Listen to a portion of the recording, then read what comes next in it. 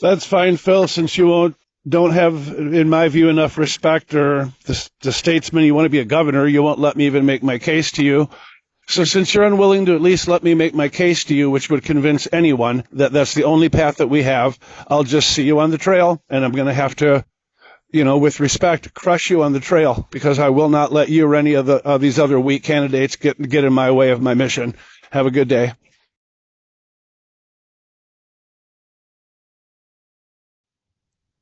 If you think I've threatened you, Phil, call law enforcement.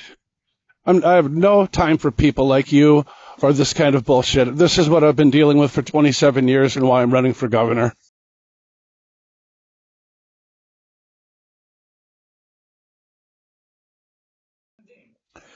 Hey, Phil, here's what I'm thinking. I've saw that more people shot up all over this homeless encampment, and it's just extremely difficult to deal with. Let me turn the TV down here and try to get this out real quickly. I've had the solution to the violence for a decade all around the country. The Irinias and everybody else have probably told you this for years yourself. Abler and I are working together to get the bill together. It's Yellow Jacketed, it's called. So my question is pretty simple. Just if you could please answer me. Are you able to get the media, Channel 4, 5, 9, 11, Star Tribune, Pioneer Press, or something, together for a press conference if you called one for tomorrow? Um, and if you were able to give them the details and just pretend like it's yours or something, and then we would do a joint press conference. You can do most of the talking. I don't care about credit. You can do all the talking for all I care. It would just be that it is my bill and that I'm working on it with Abler.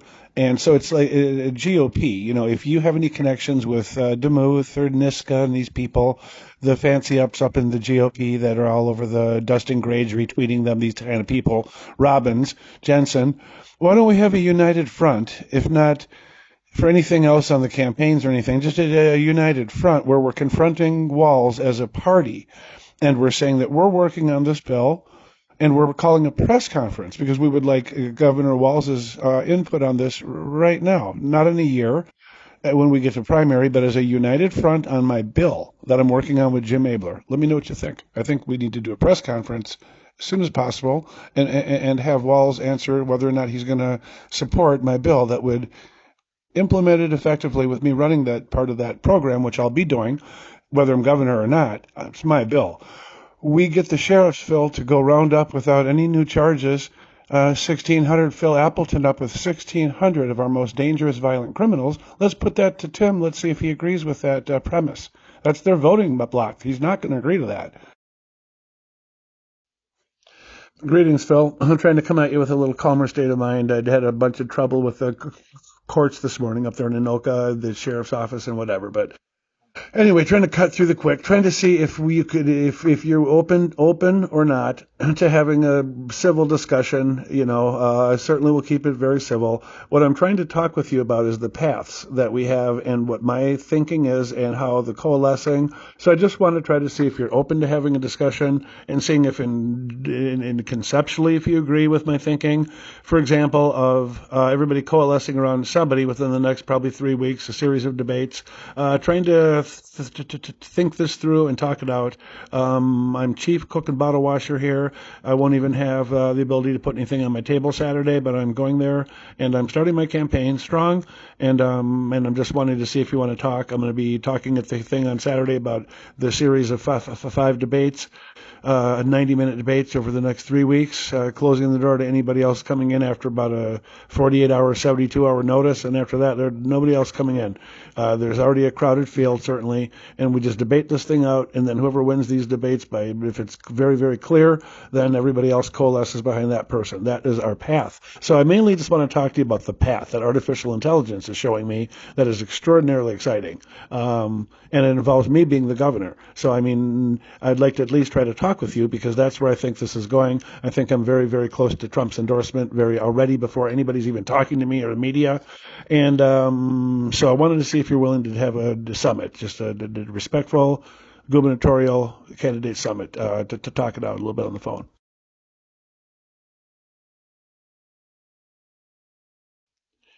Everybody believes the media, Phil, and the stereotypes. This is going to be the biggest political shock in United States history. We'll love to talk about it.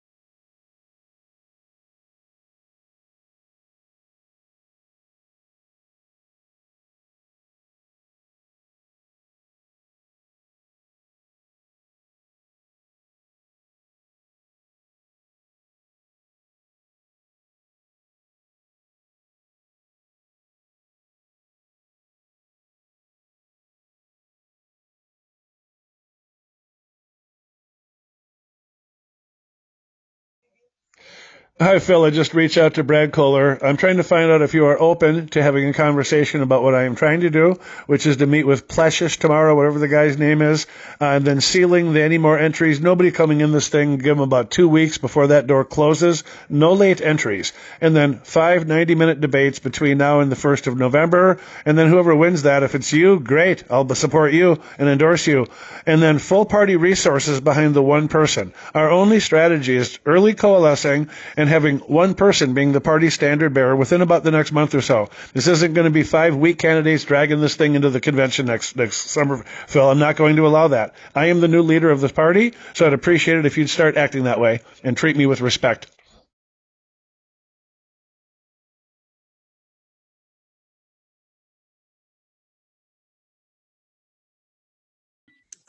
Hi, Phil. I'm deeply disappointed in you. You've known now for since last night that Kohler threatened to kill me, but you still haven't called me back. So I'm going to your next campaign event. I'll go to the one after that, and I'll go to the ones after that until you're forced out of this race, Phil.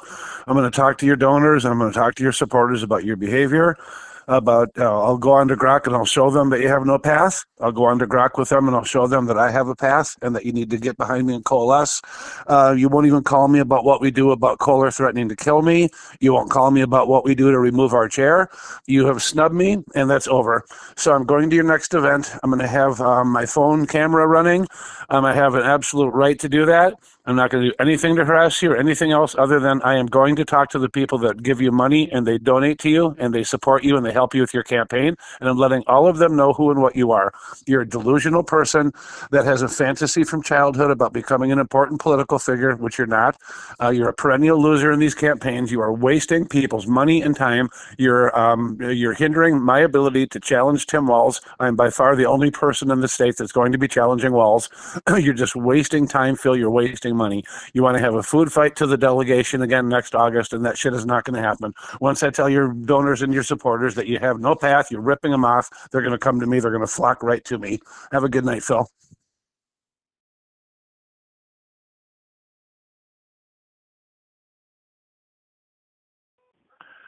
Hi, Philip. Hey, it's Tom Evasted. I was prevented from going into the event tonight by the police.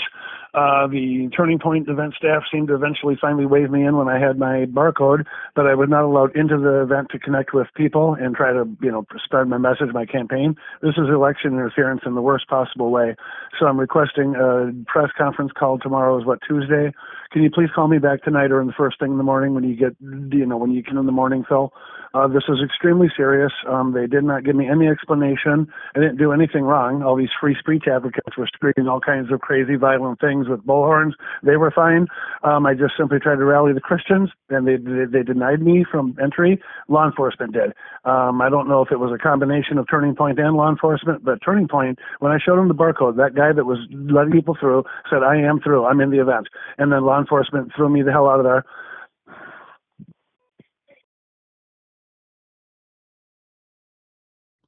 Hi, Phil. Tom Evasted calling back. I watch you and some of your speeches and stuff, and especially with Penn. You have fantasized about being the president since you were a child, like all of us also did, but we moved past that and we grew up. This is your chance, Phil, as far as your fantasies about becoming the legendary historical figure in American politics. This phone call is your chance. This is the Patrick Henry, the Paul Revere, all that stuff. Wallace has now locked me out of my home over in Andover. I think there was a hit team out here yesterday. I do have a death threat on Twitter, and I'm being biblically denied and shunned by everybody, including yourself. So if you want to make your mark in history, Phil, call me. We need to mobilize quickly and get a press conference. I need security. I'm contacting FBI. I'm in touch with President Trump's team. Please help, or else don't.